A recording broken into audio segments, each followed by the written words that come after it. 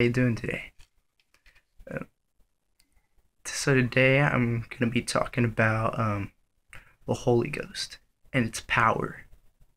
So it's gonna be funny the way I start this message off. So I don't know how many times I've ordered from the taco truck. Every time I go there, I always order the super burrito with carne asada. The meat has to be well done.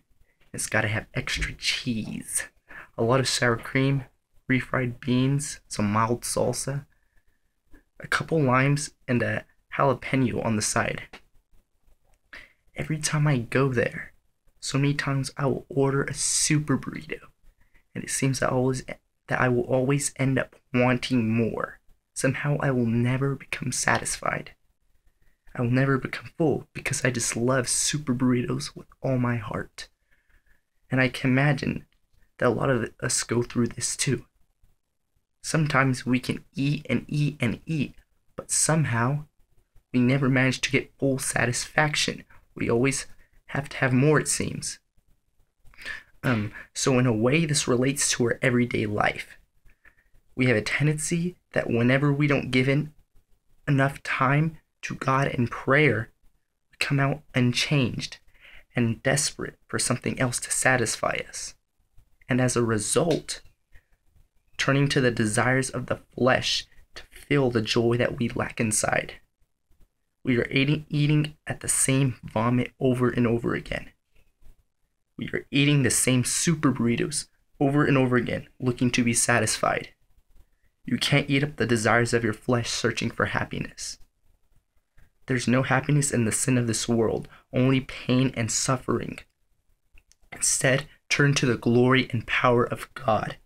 Embrace it. Rely on His love to fill that hole in your heart. His love will set you free from the desire to sin. There is a certain level of prayer, a certain phase of the Holy Ghost you can work your way up to. In this level, you become so in tune with the Spirit that you feel like Christ.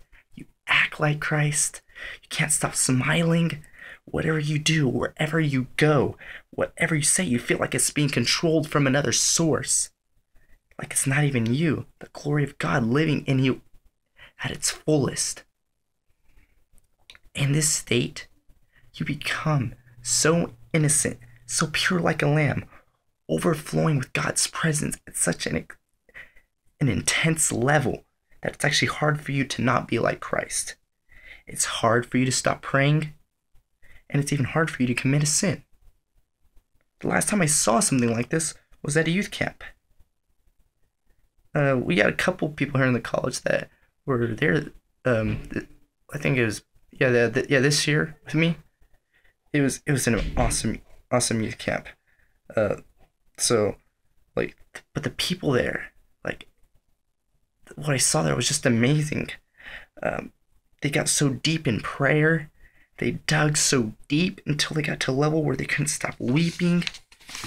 Man, they didn't turn to laughter. And the Spirit of God just took over and flowed in such a deep, intimate way that the people, they ended up falling into some kind of trance that you wouldn't even know if it was them anymore. This is the kind of level of prayer we need to reach every day, first thing in the morning, in order to overcome our adversaries. The Holy Ghost is our weapon against all the wicked things of this world. Nothing can match its power. And if you find yourself living in sin, it's probably because you didn't get all that you could get from God. You're eating away at lust, eating away at lying, eating away at cheating, stealing, eating away at gossip, eating away at pornography, because you're hungry and suffering from the after effects of spiritual starvation, which is the result of not talking to God enough, not meditating on Him enough, not reading His Word enough, not loving Him enough, and not praying until a breakthrough. Feed yourself in the Spirit so that you have no desire to feed the flesh. In John chapter 6, verse 35, Jesus says, I am the bread of life. He that cometh to me shall never hunger, and he that believeth in me shall never thirst. Come to Jesus, and you won't hunger for your old ways anymore. Stay full of the Holy Ghost every day, 24/7. Don't even live for 1 second, because that is the only sure way of knowing that you won't give into temptation.